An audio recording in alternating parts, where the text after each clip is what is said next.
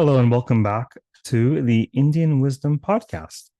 I'm your host, Dr. Raj Balkaran, and today we are going to learn more about Hanumān, this beloved deity figure character from the Valmiki Ramayana, from indeed all Ramayanas. Although there are hundreds and hundreds of versions of the Ramayana, there does not exist one without the presence of Hanumān as the archetypal devotee, as a loving servant of Rama and a great spiritual seeker himself. We learned a little bit about his training from his mother and his feminine power last time. Today we'll learn about Hanumān and an important encounter with the sun. I think I will read from the stories behind the poses, as is typical, and infuse the reading with some ad hoc insights.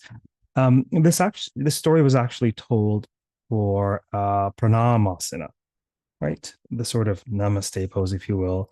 That is the first pose in the sequence of poses comprising Sūrya Namaskāra, salutations to the sun salutations. This story actually explains the origin of Sūrya Namaskāra, among other things. So, Hanumān, of course, was a very special monkey indeed. As we learned last time in detail, he was conceived through a very special blessing from Lord Shiva himself. Right? His mother Anjana and father Kesari were childless for some time before Anjana undertook penance to Shiva in order to obtain a son. She had long been a devotee of the blue-throated Lord, chanting his mantras and meditating on his form for decades with sincerity of heart. So, Shiva decided to bless her with a very special son indeed. Shiva's seed was carried by the wind god Vayu to Anjana, and with it she conceived the great monkey hero Hanumān. From a very young age, Hanumān showed staggering feats of strength. As a young child, he could lift up his parents, and his spectacular strength only grew as he did. So one morning, the young Hanumān was hungry, and his mother Anjana was out at the market buying Hanumān's favorite fruit of all, mangoes. He looked out of his window and saw the rising sun, sort of orangey, reddish, golden in hue, and in his infancy, he mistook it for a mango. So with a push off of his feet, he reached for the sun, and before he knew it, he was airborne. Hanumān traveled through the atmosphere to the heavens, intent on reaching the sun, Sūrya, the sun. But just as he was nearing it, Indra, the king of heaven, intervened, saying, "This is no mango, child. This is the sun himself, bringer of day. You cannot go further lest you perish by his flames."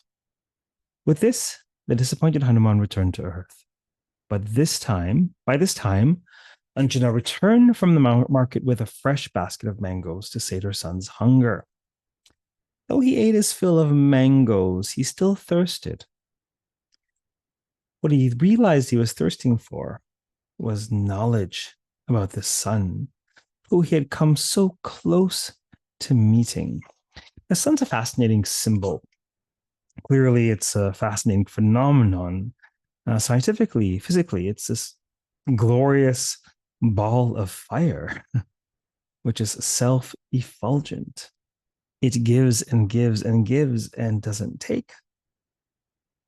Right? It's a very, very powerful symbol. Just so happens I have just come back from running a retreat in the outskirts of Toronto, where we were discussing both solar and lunar symbolism. We were actually talking about and practicing bringing into balance Ida and Pingala, or solar and lunar channels. And one of the disambiguations that was really important to our journey was looking at the sun as a symbol within material creation, within Prakriti. Solar's complement, if you will, is lunar, right? The sun is fiery, the moon is watery. The sun is associated with day, the moon with night. The sun is self-effulgent. The moon receives and reflects that light So they're complementary in many ways, and fascinating phenomenon. The sun is astronomically, it's much larger than the moon, but it's much further away than the moon. And strangely, their sizes uh, more or less perfectly compensate for their distances, such that they appear approximately the same size to our gaze on Earth, right? They appear to be roughly the same size, which is why we have these brilliant phenomena of eclipses, right, where they perfectly line up. Now, there is a sense of the sun being the antithesis of the moon, solar and lunar, these two channels, these two poles, these two pairs of opposites, if you will, within the realm of Prakriti or material creation. And that's one octave of the solar symbolism. However, on a higher octave, the sun represents, or can be said to represent, that which is beyond Prakriti itself, Purusha, or the soul or the spirit. The sun can be our solar aspect, perhaps our vitality, perhaps vigor, perhaps our self-reliance, perhaps our service to others. But the sun, in addition to these conditioned aspects of self within Prakriti, the sun can readily be said to express that which is beyond Prakriti, Purusha, Atman, the unconditioned, the witness of all. One of the most popular metaphors used in teachings and wisdom training is, panning from camera one. Camera one is the you, who you think you are with your name and your circumstance and your setting and your relationships, right? The camera one is often ensconced in various stimuli, right? Sometimes it's a horror show, sometimes it's a comedy, maybe sometimes it's a romance. This is the life that we're living. And camera two is sort of the bird's eye view, right? And if we're able to toggle between the two, then even when we're having an experience, we can create space whereby to respond to a situation rather than react instinctively. The vast majority of what we consider to be choices, decisions, these actions are not choices at all. In fact, these actions are more aptly described as reactions, the push and pull of Prakriti. For us to truly act, there needs to be space between the stimulus and the response. And that space is afforded by the power of witnessing, panning momentarily the camera too, to see what's going on with your manas, with your mind, with the machinations of mind. Camera two is where you'll find the soul signal. That's difficult to hear amid the noise of the machinations of mind. And so the sun can be said to represent the witness. The sun sees all. Indeed, the sun sees all things under the sun. So this is important for Hanumān because Hanumān is also a really profound symbol himself. As discussed in the last podcast, he is, what is he? On the one hand, he's a monkey, he's a primate, he's impulsive, at times even impetuous. He sets all of Lanka on fire with his tail. He's mischievous in a sense. But on the other hand, he's sagacious. He's wise. He's self-contained. There's a brilliant scene in the Valmiki Ramayana where Hanumān is searching for Sita in Lanka, and he finds himself in Ravana's harem. And he's just witnessing what's happening there. He's witnessing the women who are reminiscing about their time with Ravana, and they're all insatiable, it seems. And Ravana too represents, in a certain sense, unbound, unchecked desire, insatiable desire, multiple heads. Yes. But Hanumān seems to be relatively self-contained, self-possessed in this dynamic. And this is important because he makes for an excellent emblem of the human experience where we're animals through and through, and yet we have the capacity to raise our awareness, to raise our gaze, if you will, from the earthly to the heavenly, or at very least the horizon where heaven meets earth, And the horizon, the meeting of heaven and earth, is indeed precisely the plane of the human experience. We are terrestrial beings, we are animals, through and through, primates bar none. But we are also divine. There's also more to us than meets the eye, because there's more to creation than meets the eye. We're capable of art and poetry and profound reflection. We're capable of realization. We're even capable of waking up. So we are one part simian and one part sage, and Hanumān makes for an apt emblem encapsulation of the gamut of experiences comprising the human journey, the human condition. So back to this tale of Hanumān, he's young and he's salivating after the sun. This is a really cool metaphor, actually. It's not food he's looking for, at least not physical food. He's looking for spiritual nourishment. As Hanumān grew, he proved himself not only to be physically powerful, but also spiritually advanced. He was remarkably self-controlled, contained, content. He was happy to serve, and he loved learning. He's a lifelong learner indeed. While curiosity is natural for monkeys, compare, for example, Curious George, he was of a different order. His curiosity was of a different order altogether. He was curious about how the world worked.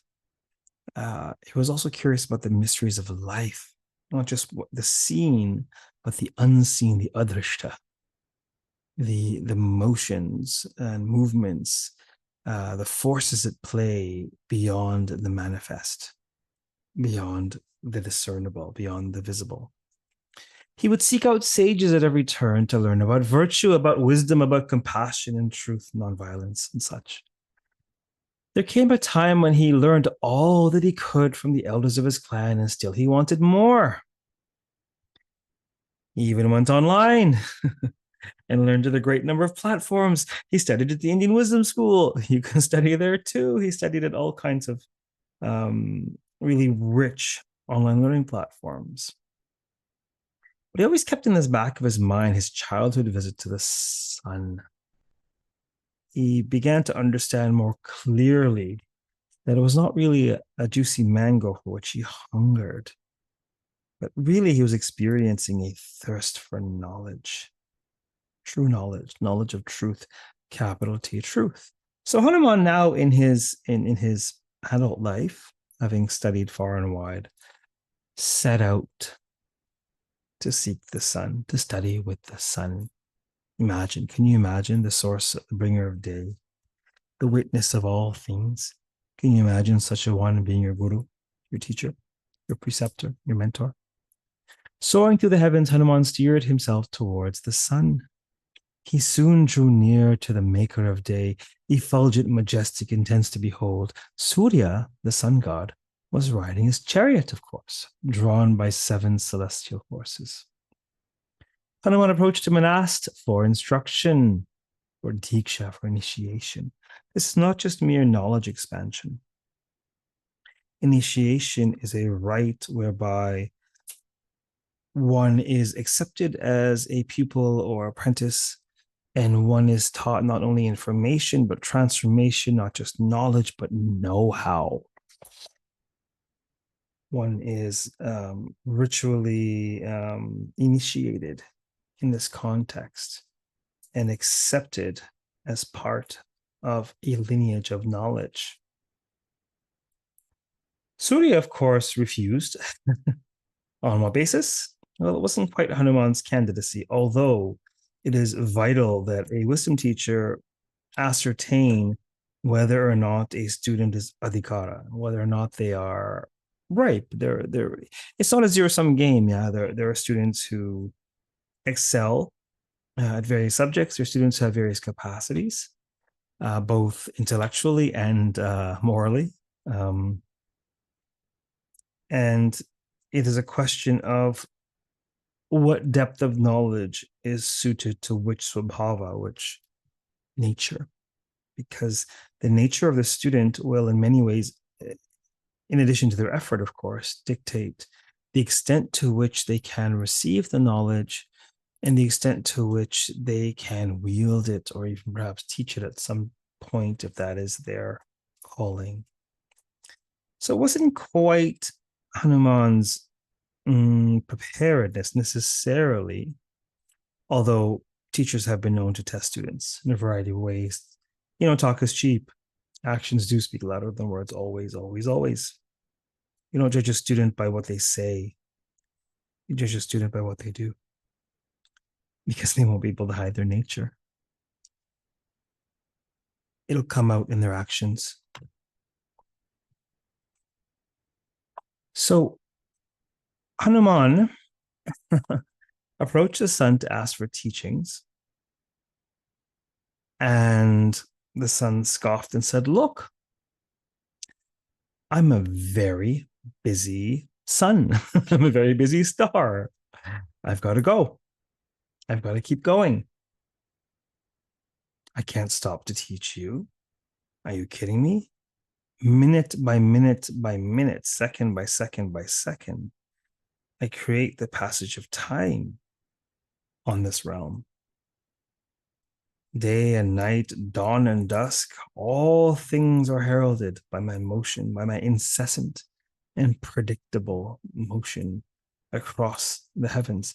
See, this is why the sun is a powerful symbol, embodiment of dependability, something you can rely on.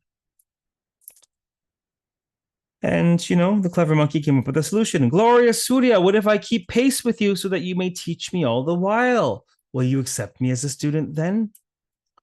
Sūrya scoffed and said to Hanuman, "You can try if you'd like, but the longer you keep pace, the more exposure you have to my fiery presence. You will be singed in no time." Hanuman responded, "If you'll have me as a student, I'll keep pace for as long as I can. For even a day of your instruction is worth a lifetime without it." Now, Surya thought, well, he's got grit, this one. He at least appears to know what he's saying. Well, let's take him on and see how long he lasts, thought Surya. So Hanuman positions himself face to face with the sun. This is the way the teachings have to come from one to the other, parampara, face to face. This dance is chest to chest, so to speak. Right?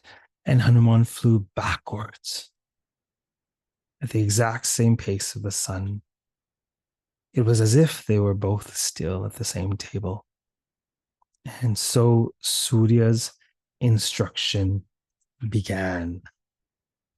Day in and day out, Sūrya taught Hanuman about all branches of Vedic knowledge.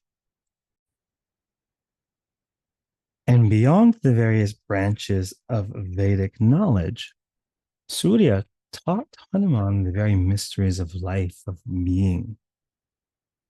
Imagine the sun sees all, witnesses all, supports all, outlives all.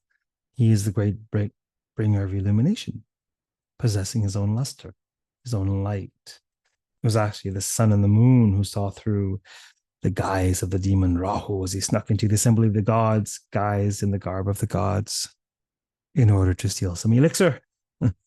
But thanks to the sun's light, they saw through the play of shadow.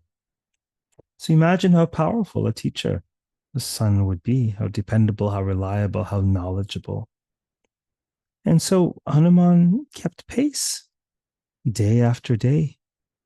A whole week went by, and Hanuman kept pace week after week. A whole month went by, and Hanuman kept pace month after month. A whole season went by, and still the dedicated monkey retained his speed, retained his focus, receiving teachings day in and day out.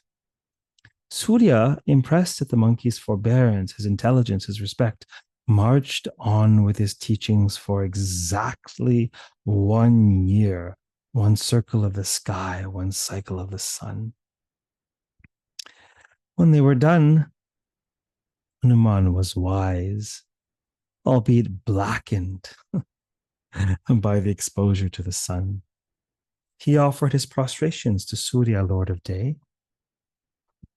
At the end of training, it's customary to offer your guru, your traditional spiritual teacher, a dakshina, a ritual fee. I mean, this might accord with their needs in traditional times. Such teachers did not take up livelihoods proper, and so their needs were met through alms, through donations in the community, through dakshina. So sometimes it might be something that your teacher might need. Of course, the son has no need for nourishment nor housing and the like. Sometimes it might be a cash gift, right? Oftentimes, the teacher will indicate what the fee is. And more often than not, that has more to do with the prima facie reality than it has to do with the karma with that student, the karmic antecedents, and the degree of karmic debt remaining. They will, if they are among the wisest, they will request a ritual fee that will clear the karmic debt with the student. So there's not enmeshment across multiple lifetimes, if possible. That's not always possible. Okay. So at the end of their training, Sūrya asked Hanumān for a fee of his choosing, Hanuman's choosing, the student's choosing, because he knew the monkey would be both considered and wise. And there's nothing in particular that he required, and he is beyond karma, so there's no karmic enmeshment with Hanumān. Hanumān replied, having learned from you the mysteries of being, I don't just want to honor you as my guru for the rest of my days, but I want the whole world to honor you as well. I know you are worshipped around the world with prayers and hymns and the like, all across Bharata, across South Asia, across India, indeed across the world, various cultures across the globe revere the sun, its power, its significance, its life-giving presence. But above and beyond these hymns and these rituals, I want to devise a special sequence of yoga postures dedicated to you.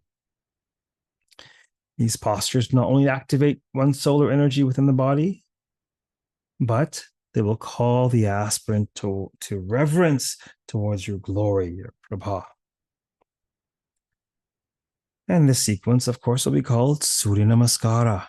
So as your disciple, I wish to pay homage, namaskara to you. But I also want to call others to do the same, because in so doing so, it is not about your glory. It's part of it, of course.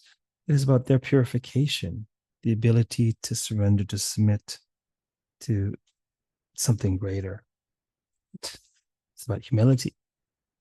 So, of course, the very first of these postures will be the one I take up now, Praṇāmāsana, as I pay homage to you, my dear Guru, Lord Sun. Sūrya was pleased at this great gift, made in exchange for his year-long instruction. He blessed Hanumān with success with his solar sequence, known to us to this day as Sūrya Namaskāra. Right? It's a teeny bit of gloss from the stories behind the poses. Praṇāmāsana is the first step of Sūrya Namaskāra. It requires one to be centered, focused, and reverent. Whomever and whatever form our guru takes, I can assure you, I've been utterly nourished, even spoiled by having a great guru in my life for a number of years. I've had many teachers. They just come out of the woodwork wherever I go, very powerful spiritual teachers in India. But above and beyond that, you know that 9 times out of 10, the Uber driver, the barista, even the client you're coaching, adopts the voice of the divine and has something very important to teach, if only we have ears large enough to receive it. Perhaps this is why Ganesha has an elephant head and is also the Lord of Wisdom. Whomever and whatever form our guru takes, we are called to respect, to revere them if we are to succeed in receiving all they have to give. It's not the personage or the ego of the guru. This is more along the lines of narcissism. Yeah. It is what the guru holds.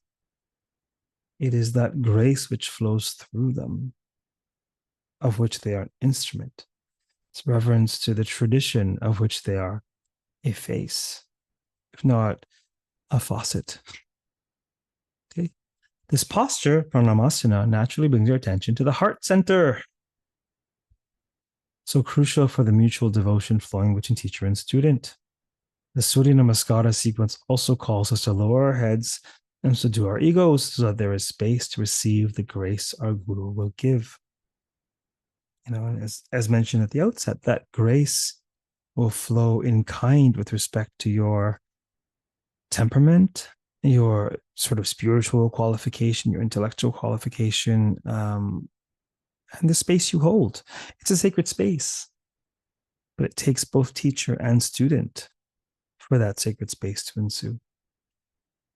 Sūrya Namaskāra is far more than a healing practice geared towards the cultivation of the soul or channel.